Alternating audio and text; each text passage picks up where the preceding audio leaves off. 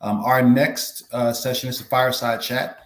We're going to begin to talk about some community organizations and have some discussions with some community organizations. I mentioned earlier how important our partnerships are and how valuable they've been in this effort to grow computer science in the state of Georgia. We wouldn't have this much success if we hadn't been able to come together as a collective network. CS for Georgia is a collective impact structure that has a lot of different contexts and a lot of different partners. And community partners are the essential components that kind of keep us grounded in what's going on in our community and how we can directly affect and help us and support our community around us. So we're going to bring up two folks representing two different organizations and kind of just talk with them about the value of community partnerships in the work that we're doing. First, we have Oneisha Freeman with Inspiredu and Ernest Holmes with CodeHouse. Welcome. Thanks for having us. No problem. So I don't want to speak on your behalf. I want to give you all each a moment to kind of talk about your organization and share with us some of the things you've been doing working with the community.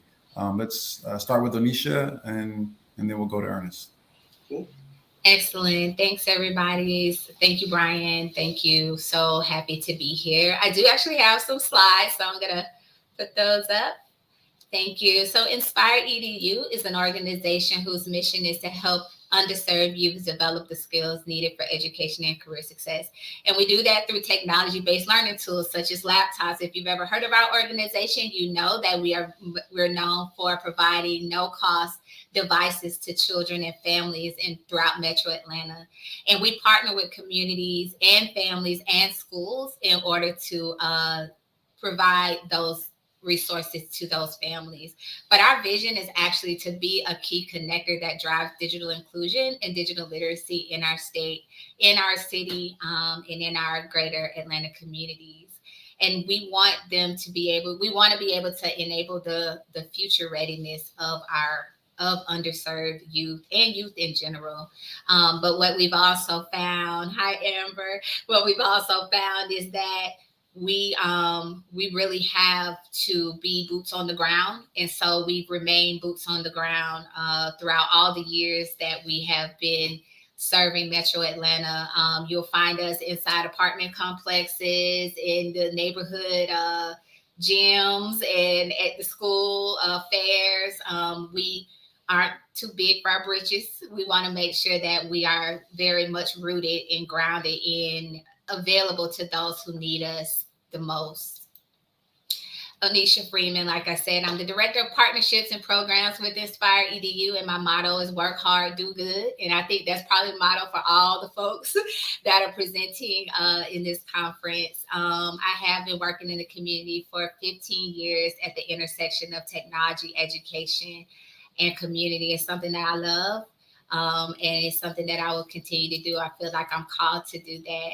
At Inspiredu, we know that there were pre-existing conditions. Before the pandemic, there was a digital divide, there was poverty, there was a lack of social mobility in our community. And the pandemic just amplified those inequities. And so collectively, we are here to address those inequities, specifically when it comes to digital equity and inclusion. And our solution to that is to do several things. We want to be able to support families by providing them with no-cost devices and technical support, because at least right now, there's no Geek Squad for the community. So any device that we provide to families, we also support those devices. We also provide opportunities for learning, not just for children, but also for the adult learning partners in their home.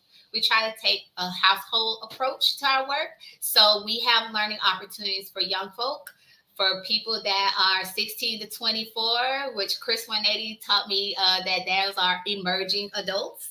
And also for adult learners that may be older, parents, seniors, kinship families, and things of that nature. So we want to provide learning opportunities for all the learners in the home. And then we do that through partnerships. We partner, like I said, with communities. We partner with local school districts. We're working in DeKalb County, smaller nonprofit organizations that have already built trust in specific communities. We, really have to do this work collaboratively. So I'm glad that we're able to have this conversation today. And like I said, we do have a wide variety of partners, anywhere from a school district to a smaller nonprofit organization. And these are just some of the words that kind of describe our organization. Inspiredu, we definitely want to engage, educate, and be effective in our community. Lastly, I just want to just share about digital inclusion specifically, because I feel like that's a term that is some people may not have ever heard of. You've heard of inclusion, but maybe not specifically digital inclusion, but you will hear this word a little bit more as time goes on. And specifically, I just want to note that our organization, we address all five. There's five sort of elements to digital inclusion, and we are able to address all five in the service of our Metro Atlanta families and students, providing devices, internet-enabled devices that meet the needs of the end user, digital literacy training, technical support, and support for accessing online content that enable and encourage self-sufficiency.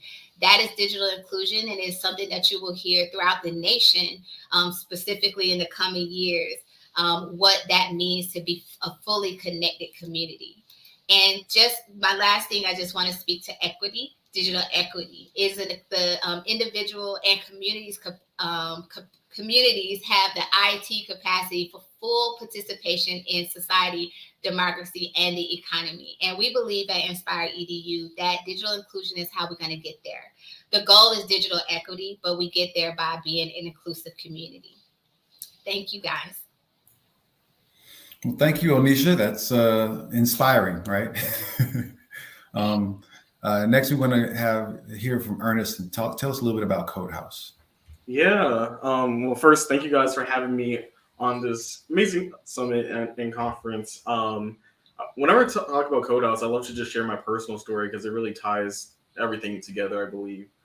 So let's meet everyone. Ernest Holmes, originally from New Jersey, but came down to Atlanta, go to school at Morehouse College, where I studied computer science and mathematics.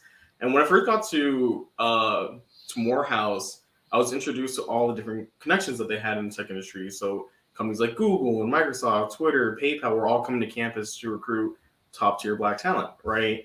And I knew when I heard about all these different opportunities, I was like, Google is a place where I need to get to, and that's my goal after my freshman year.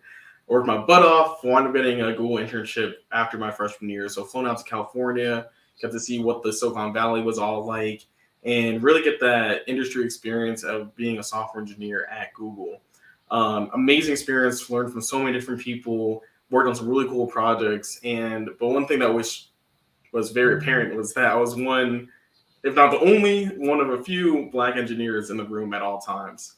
That kind of started my crusade of starting to give talks to different elementary schools, middle schools, high schools, boys and girls clubs, community centers on what it's like being a Black man in tech and the importance for more students to consider careers in tech, because there's just too many opportunities, too much money to be made, and too many real cool projects that can have a lot of impact in the tech industry.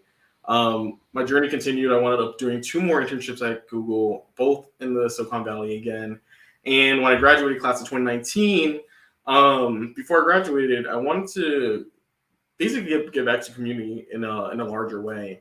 And that's where myself, my co-founder, Tavis Thompson, my other co-founder, JC Holmes, my sister, went to Spelman College, and a few other students on campus came together to make CodeHouse Tech Exposure Day. It was supposed to be a one-day event where we brought middle and high school students to Morehouse, show them what the AUC was all about, but then also show them what people of color in tech were all about as well. So we had companies like Google and Microsoft and Adobe and Dell and IBM come and have representation, but more specifically representation that looked like the students that we're bringing to this event. So they got to hear from Black engineers, Hispanic designers, Black leadership from all these different companies, so they can see people that look like them, that were getting the job done and did exist in this tech industry, to fight off some of that imposter syndrome that some of the students might have.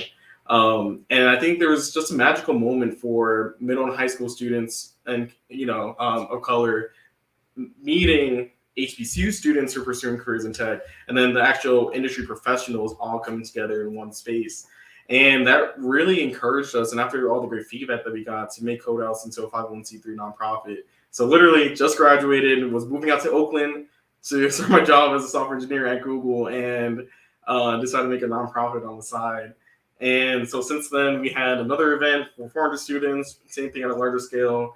We did it virtually for 2,000 students, actually using the Hopin platform. Had students from coast to coast, some even in Africa tuned in. I think we had like 27 states represented at that time.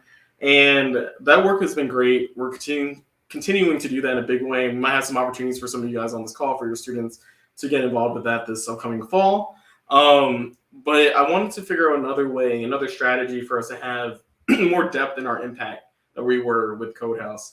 And the team is 100% Black and Hispanic identifying, but mainly consists of younger Black professionals in tech, right? So I have like a lot of great friends that joined the team to help bring CodeHouse to life. And one thing I'm talking about with my journey, I realized that the attrition rate for students to actually persist through a major in computer science really fell off after their freshman year. And when I looked in the space, there's a lot of different organizations that focus on college to career, so more in that junior senior level. There's a lot of organizations in the K through 12 space, but there was a big gap when it came from that transition from high school to college.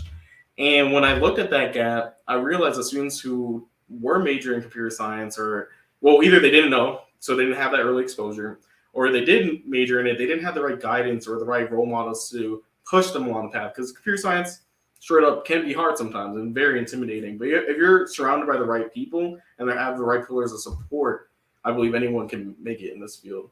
And that's where the birth of the CodeHouse Scholars Initiatives came from. This is a wraparound support model where the first pillar is financing. So we actually give each of our scholars $20,000 in scholarships that supposed to help with their financial aid to attend the different schools that we work with.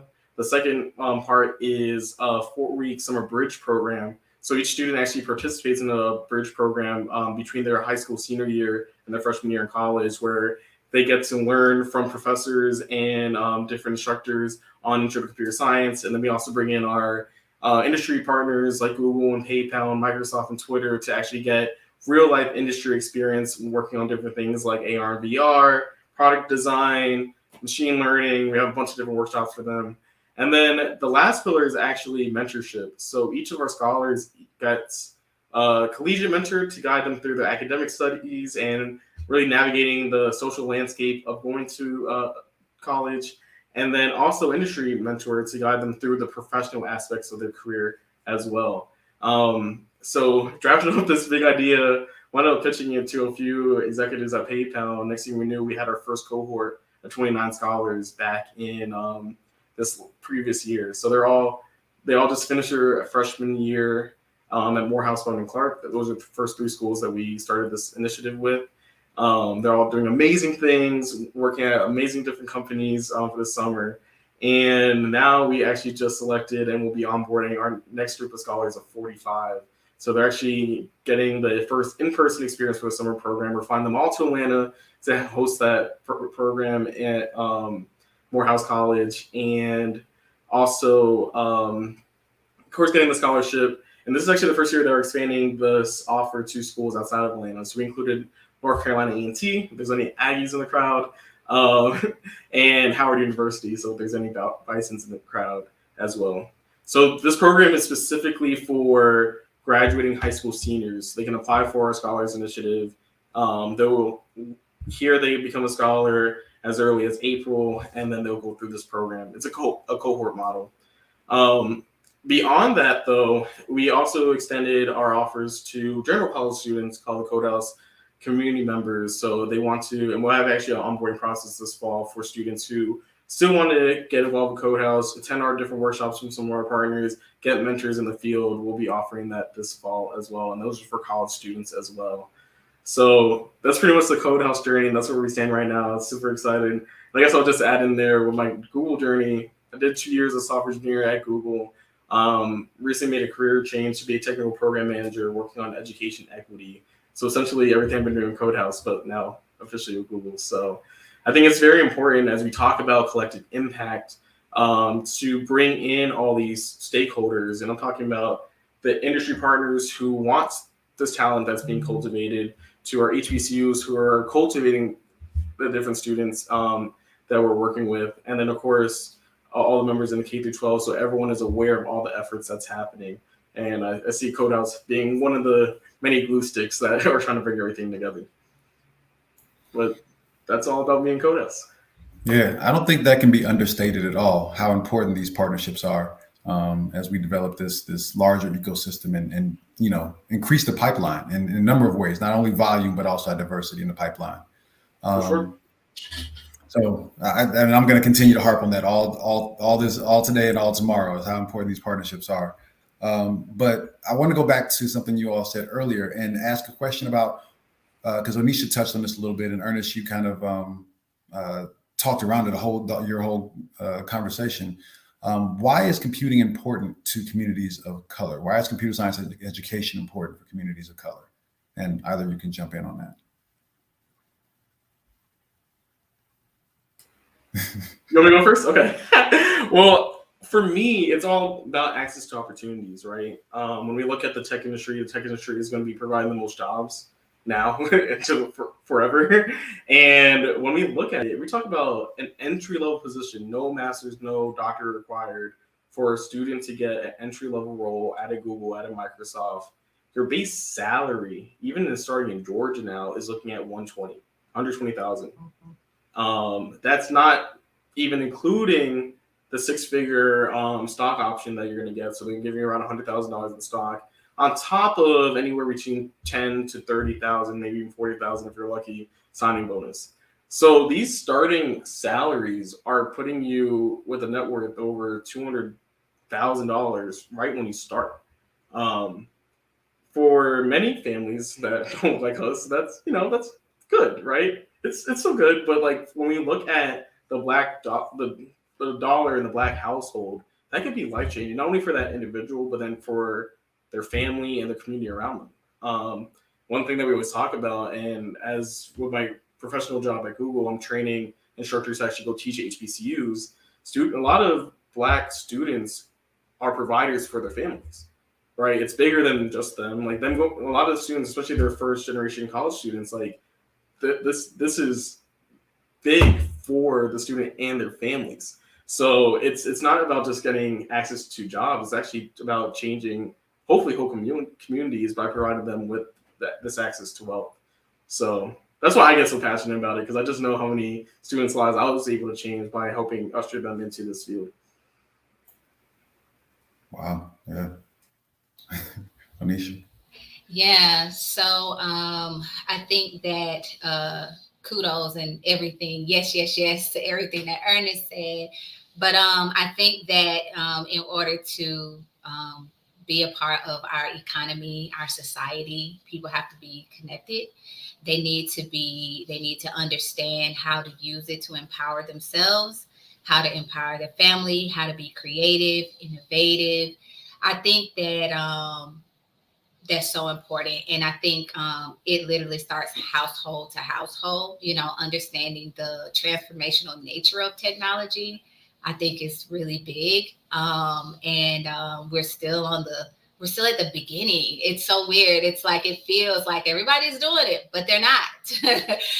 We're still at the beginning of this thing. And so, making sure our communities are connected is so important. And I think that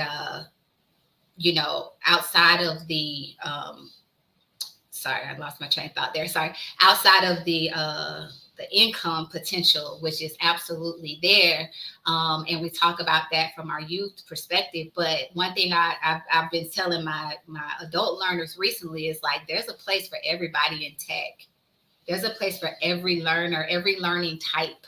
To me, it seems like you don't necessarily, it depends on the role, of course. It depends on the role.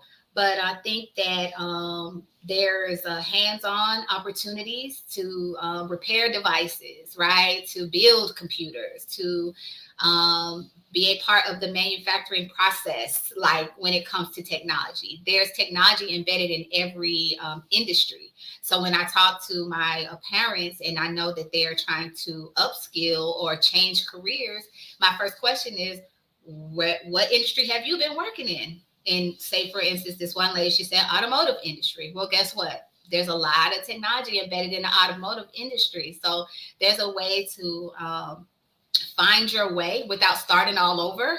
I think, there's still that. And as much as there's opportunities for young folks to transform their families, there's an opportunity for moms and dads to transform their families as well. They just got to have the time to do the training and the access, and then, take advantage of the opportunities. But they're out there.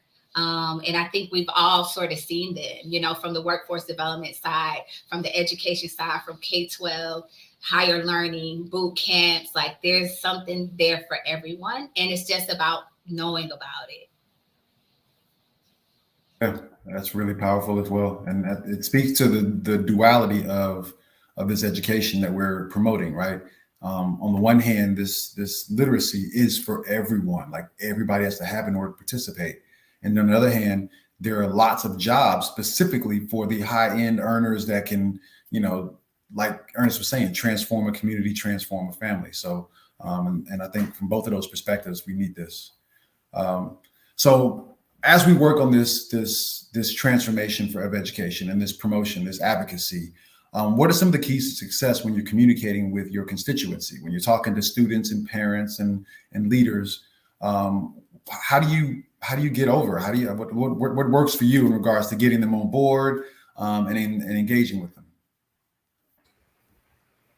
I always say money talks. I think it's the biggest motivator ever. I don't think money's the key to success or happiness or anything like that, but it definitely makes their life easier, right? So I had the opportunity to be a professor at Morehouse this last fall, teaching all the freshman and sophomore computer science majors intro to computer science.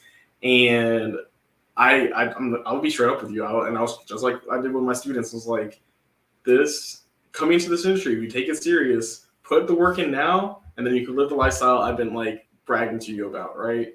Like I'm able to give a talk in the middle of the day because my manager is not on me, hounding me right now about any of the work that I'm doing.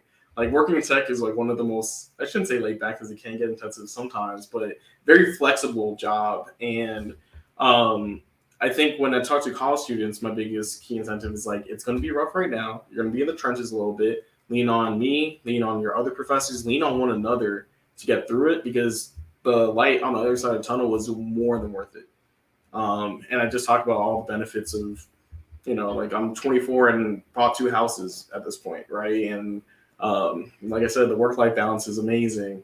But when I merge or like change my point of view and look at the K through 12 system with any educators or family friends that ask how they can get their children involved, I always say like the earlier they can get into some formal training in computer science, the better, right? The earlier they can start learning those fundamental skills of computer science, because everything just builds on top of each other in computer science.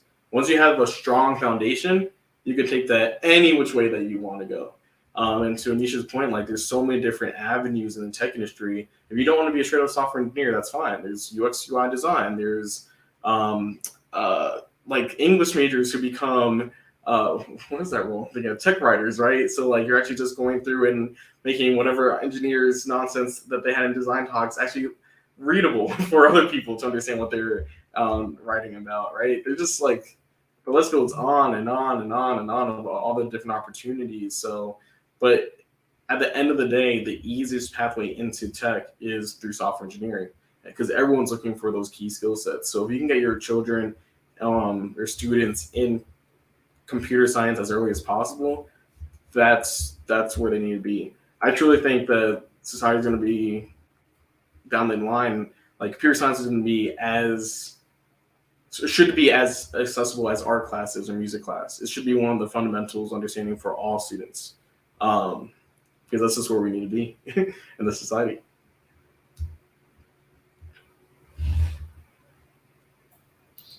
Thanks. I was asking Brian, can you repeat the question for me? What have been your keys to success in engaging your constituents, in talking to parents, Yes. students, your leaders? Like what has worked for you in regards to getting them on board and moving them in this direction? Thank you. I would say when I think about the young people, kids, teenagers, exposure, we've taken some kids to like MailChimp's office. It's so cool. We went to Google's offices, with a group of kids that was in our program doing our app design course, but it really didn't fully hit home until they got like in the space and were able to connect with people that look like them and walk and talk like them and then see all the different parts of their workspace. So this is just one way I'm saying that definitely has worked. And when I think about the different places we sent them, I think one of the more obscure places was like SAP. So we went to SAP for a tour a couple years ago, and they're like, what is SAP? Why do I want to go on this field trip? And then we get to SAP and they get to they had coordinated like a scavenger hunt to learn all about SAP. And then they found out that SAP software was in the those Coca-Cola freestyle machines, and that's all it took. So what I love is when we leave these companies, we went to Cox and we went to like I said, SAP and GE, when we took the kids there, they leave there like, I want to work here, like immediately. It just brings it to life a little bit more for them, I think, and then being able to ask the employees questions. And I found that it's just as valuable for the employees that work at the companies as it is for the kids. To be able to see themselves in the kids and for the kids to be able to see themselves working at the company and physically be in that space. And the pandemic has shifted that a little bit, but I'm hoping that companies, as they come back into the building, they're going to open up new opportunities for us to bring the kids to really see what it feels like in the most tangible way to be a part of these companies and do these particular careers. What does a programmer's desk look like? What does a marketing person's desk look like? And they start to be like, oh, that's what mine would look like, And of course, all the companies have video games and ping pong tables and stuff like that. So they love that part of it too. And having them be able to break bread with the employees is also very powerful when we've taken kids on field trips. It's not just, the sack lunches from the school. No, knock on the sack lunches from the school, but like to be able to have pizza with Googlers, to be able to sit with folks at these companies and just talk and share and vibe with them. It means so much because I think for our community, you have to, there's a level of trust and fear and vulnerability that you kind of got to get to, I think, to get someone to open up to something that they think is so foreign for them. They may not ever see themselves in that space because they don't know nobody that looks like them in that space. So when you do that, it really opens up, the world for them. And so that has been so powerful for me to see over the years. And of course, traveling opportunities. I think if kids have an opportunity to get out of their community, to go to another state, to go visit, other kids maybe that are doing things that they're not doing, those types of opportunities, the more we create and are very intentional about having our kids be there and do things with maybe the employees of a company or with their parents, like very intentional learning opportunities is really powerful as well. I think on the parent side, on the adult side, I think definitely helping them understand what it takes, like fully what it would take to get there, and understand that time is so limited, like not limited, but like it may feel like a long time. Like if you say a 12-month XYZ opportunity, they were like 12 months every weekend. But then when you see, I gotta come every weekend, so yes, but you're building the skill set for them. And if they understand that the outcome can be what Ernest just said, the outcome can be something like, a well-paid salary with benefit type position that they may not have never experienced before, or just a change in environment. Maybe they want to get out the factory and go into something else that's a little bit more flexible, so helping them understand the full scope of what they're getting into and how 12 months can go by like that and your whole life could be different. Those things have really made a difference. And I would say the last point is that our parents, the adults and the kids in some aspects are much more open to this technology like world than pre-pandemic, from my experience. I'm getting in front of families and I'm saying, hey, is anybody interested in a career in technology, interested in computer science? And I'm seeing a lot of yeses. So that means that they're open to it. So now we just got to plug them in and connect with each other so we can make sure if I don't have the opportunity, but CodeHouse does, I can plug them into CodeHouse. CodeHouse don't have the opportunity, but, Code with Culture does, or another organization, the school system does, then we're going to plug everybody in. That's an excellent segment. Go ahead. Could I, one thing I didn't even think about is like what success means from a partner perspective or like an industry perspective, because that's actually a question I've been getting a lot lately. To date for CodeHouse, we raised like $3.3 million. And now I'm just getting like, people think I'm like the industry partner, like guru, when I can just I'm telling you, like, I don't know. I still think it's luck, and I'm still going to blame it on luck. But if anything, the success on that end, I would say, like, to Oneisha's point, like having industry partners come and see the magic behind inspiring youth, especially as early as K through 12, because that's the hardest pitch, right? It's easy for them to get in front of college students. It's like, oh, we can give them internships, we can get them full-time jobs. But like a high school student, they're like, that sounds nice, but like, I can't do anything with that. There's no ROI, return on investment there, right? So when we first had CodeHouse, like the pitch to all the companies that we work with, I think we had like 10 companies that first year, was we don't want any money. We just want some of your representatives' time and some swag to give out to the kids. I said, also, we need to feed the students. So if you can give some money, that would be amazing. But we really just want your time and your presence, right? And that buy-in was a lot easier because sometimes there's a lot of red tape and even just getting donations and stuff like that. Once you have people, especially if you have any executives come through and see what it's like inspiring 1, 2, 3, 400 students of color, especially coming from an executive of color, it clicks in their head like, wow, this is something I need to support. So the next year, we went from like raising maybe like $1,000, $1,500 or something like that, to the next year raising like $10,000, and then the following year raising that $1.5 million I think actually next year we did like $120,000 for the virtual event. And then to the $1.5 million from PayPal, and then recently $1 million from Google. And it's just like, but you have to start somewhere. So my advice always, if you're interested in getting industry partners, figure out how much you can do with raising as little money as possible. Because the money will come if the event makes sense and the impact is there. Like the money will come some way, shape, or form, I promise you. But do the work first before immediately trying to raise funds. Because I've had several people come to me like, hey, I want to raise like $500,000 for this event.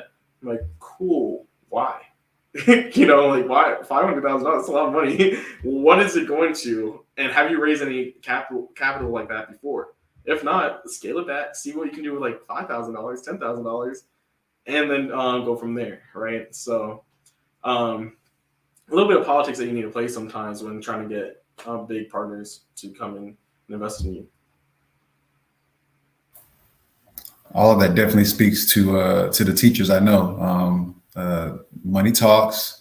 Real world experiences motivate and move students as well as adults. Like that's a real thing. So teacher externships, letting them see and get their hands on it, taking it from the theoretical to the practical to the realistic, and then also building, slowly, like starting at the ground level and building up. I've had the opportunity to sit on a panel with Inspiredu and see some of the folks that Oneisha works with. And I've met Ernest's sister and some of his colleagues. So how would you guys describe a strong community of computing education advocates? How do you build your team and to make it successful? Like, I know you all have automatically, both of you have said, hey, this other group over here is successful, work with them. Like, so there doesn't seem to be any competition. How do you build your team? Ernest, I know you were born with one of your teammates, so. Yeah, I was gonna say very carefully. I think I always laugh at like the CodeHouse team because it's like we have my sister who's a co-founder, we have Tavis who's my co-founder, and like one of my best friends, like he was my little brother coming through Morehouse. My dad practiced law in New York City. My mom was an auditor for state Texas, so any legal help or accounting help I had literally in-house. So when you see like a lot of Holmes on our website, it's for a reason, but everyone is very valid in their professions. Like when we look at my sister, she's like one of the youngest professors teaching interactive media, so computer science with art at Spelman College, right? So there's no one I would rather have lead our curriculum and instruction other than my sister. Maybe it's biased, but I think she does a dang good job. Good job at her job, right? So building a team, I mean, that's something that's still on like a learning process for me. I think I've been very fortunate that I have a lot of people that are passionate about the work that we do. And I think it's always about finding the right job, the right fit for the right person at the same time, right? We have no full-time employees, actually. Everyone works this out of passion on the side. Get like small stipends to everyone, but nothing comparable to a full-time salary at all. But I think it's very clear. I almost want to just talk about people that we have partnerships with. It's very, very clear when someone is more in it for the limelight or just in it for the clout or just in it to make themselves look good, right? Like you want to partner with CodeHouse and want us to go out of our way to make this whole event for your company, but you can't even like donate $1,000 from your budget, at one of these big tech. I'm not going to drop any names, but it's just like, so you just want to get access to the students and let us do all the work. So you just want to show up basically. And it's just like, it rubs me the wrong way a lot of times when some people just approach me like this, or like they just want to focus on their goals rather than trying to see how they can fit into what we are actually doing and what we're accomplishing. So the more you are in the space, the more you can feel out who's really in it for the betterment of the community that we're trying to serve, and those who are just in it for the clout or just in it for whatever results that they want to get for themselves. And trust me, I've chose wrong sometimes, whether it was people for the team or people for the for partnerships. But I think it's all a learning process. But I would say like this group, amazing, right? Like you could tell, I think you can hear it from all our voices how passionate we are about helping this community. Yeah. Yes, agreed. Again, I think partnering with different organizations, and really based on probably where you are in your organization, would depend on you definitely want to have a management of that. Some alignment needs to definitely be there, and I think everybody kind of has to bring something to the table, because I think collaborative work is definitely a level of pooling resources. So I can't have all the resources, right? We gotta pool our resources, or in a situation like we're doing right now, there has to be community trust. So sometimes a nonprofit might be small. They might have just started, but they got trust in the community with the people that you're trying to help. And if somebody knows, like we work with this a lady named Miss Gwen. Shout out to Dry Bones Collaborative Outreach. They're new 501c3, but let me tell you, Miss Gwen has all the trust. And when the people in the community see that Miss Gwen is like name is on the flyer, stuff like that, they're more open to coming, and they love her, because she's shown so much love to the community. So I think that there's a level of trust in building a team, in partnering, and really making sure that there's mission alignment and resources that different people can pull to the table. And resources aren't always money. Sometimes it's a space. Sometimes it's tools, and sometimes it's maybe their data management is better than yours. It just depends. Everybody's coming to the table with something. But as far as building a team, we're definitely, I think a lot of people are challenged with hiring right now, finding folks to take the jobs that are available. I think people that work in tech that understand community and education is like a little bit of a unicorn. I think it's a little unicorn. Ernest has a whole team of unicorns over there at CodeHouse, apparently, because it's a challenge to find folks that have all, that may kind of have all three. So I think that one of the things is also to, in the regards of partnering and in regards of finding staff and stuff like that, it's just, utilizing your network to say, hey, I need somebody to do this, that, and the third. I think we've shared like staff with another nonprofit. Like they worked a little bit for this person and they did some part-time work over here with us as well. So I think it's, just being super creative. But I think if I was a teacher, in the school system right now, specifically with specifically a computer science teacher, I would definitely look to partner with other nonprofits and try to connect with those nonprofits' corporate partners. So sometimes you might not be able to get to the corporate partner, but we can. So work with us to find a way to make the connection. Let us work on your behalf because we want to help. But sometimes it's hard to get to you. Sometimes it's hard to get to you. You may not know how many in one school or another school. I mean, obviously, Brian, you can help, but I'm just saying, if you're coming, if you wanted to reach out, please reach out to us because, like I said, if we're still small. We're a small unicorn form of nonprofits that work with computer science and technology. It's not a lot of us. So we definitely are always probably communicating about the different things that we have. So definitely contact us and let us know what you need. So we can see if we don't have it, maybe somebody else does. It could be transportation for a field trip. It could be the fact that you want to go on a field trip and there's interesting places to go that you may not know about. So definitely use us as a resource for your asks and see if we can help you. You guys shared some powerful gems there. I don't know if you realized that you was dropping some serious valuable knowledge right there. Like,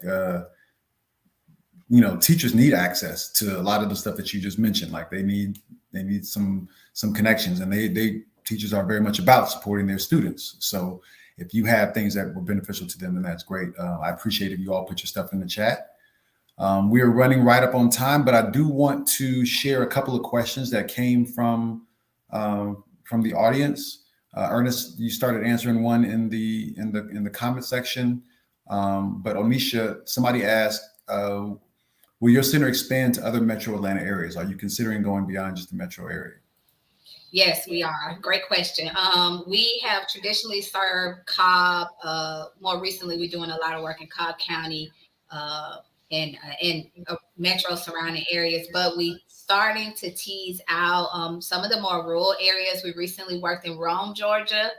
We're actually looking for some other, looking to partner. The challenge is trust and knowing, like, when you go past Metro Atlanta, it's like, we Georgia, I don't know, we don't know them, so, making those connections in the right community is we're definitely open to that. And yes, our goal and a vision to be a key connector for our state, not just Metro Atlanta.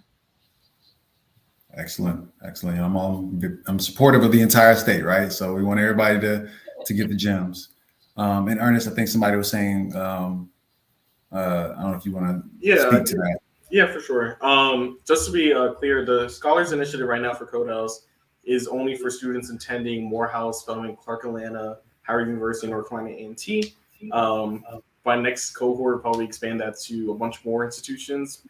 But we're primarily starting out only in HBCUs as of right now. But then, of course, in our middle and high school initiatives for Tech Exposure Day, we allow all students. We try to focus on Black and Latinx students, but of course, we'll never limit a student coming to any of our events, no matter their background. That's extremely powerful. Well, you guys have educated me, so I appreciate every time I talk to you all how inspired I feel that there's some young people that are blazing the way and creating a path for additional young people to come through the pipeline. We all have the same passion and the same mission. So I love that there are other warriors in the trench looking at different aspects of this pipeline challenge. Yeah, so I think we are just at time. I appreciate you all tremendously. This was fantastic. I think the audience benefited tremendously. I think they learned quite a bit. I think Lynn was jumping back on with us real quick. Sounds good. Thanks for having us. Yeah, I just wanted to say thank you so much for doing this. Really enjoyed it. And people are asking for your contact information. We can direct them to your website. And please share any other information you'd like us to share with participants. Just send it to us, and then we'll make sure the participants get it. Okay, thank you so much.